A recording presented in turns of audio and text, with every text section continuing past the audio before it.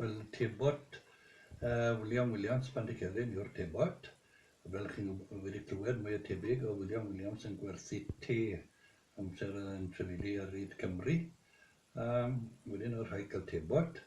Mae'r tebot wedi dod i Pantycelyn ar ôl oedd y tebot wedi bod gyda Nanty yn had, neu Ryd y Ci, far Ryd y Ci de.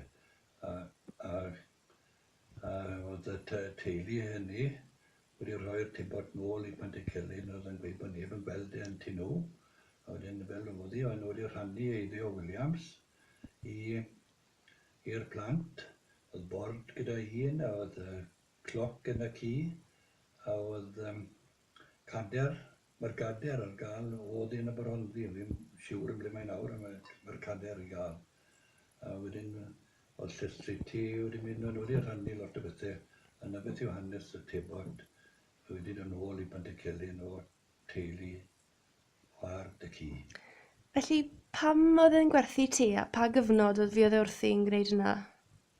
Wel, oedd Williams yn trefili, a oedd rhaid y fe'n un bach o arian ar y ffordd, mwy o tebu i treulio'r costau, a oedd e'n gwerthu te, a oedd e'n gwerthu pamphledau o'i ymynau.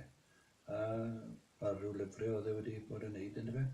O'n nhw'n gweud bod e'n ddyn eitha siarp a eitha hapus yn ei ffordd, na fel oedd e'n cael, fi'n credu, lot o gynulleidfa fe, achos oedd e'n gallu joino ar crowd yn y fe. A oedd e'n gallu priethu yn eitha hapus yn ei ffordd yn y fe.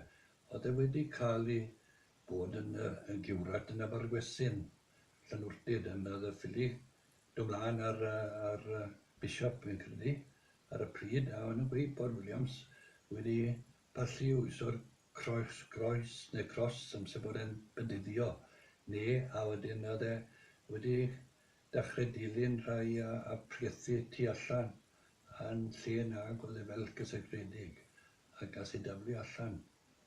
Oedd e ddim gallu gwneud y cymundeb, a oedd e'n joino, wedi dechrau dilyn y Methodist.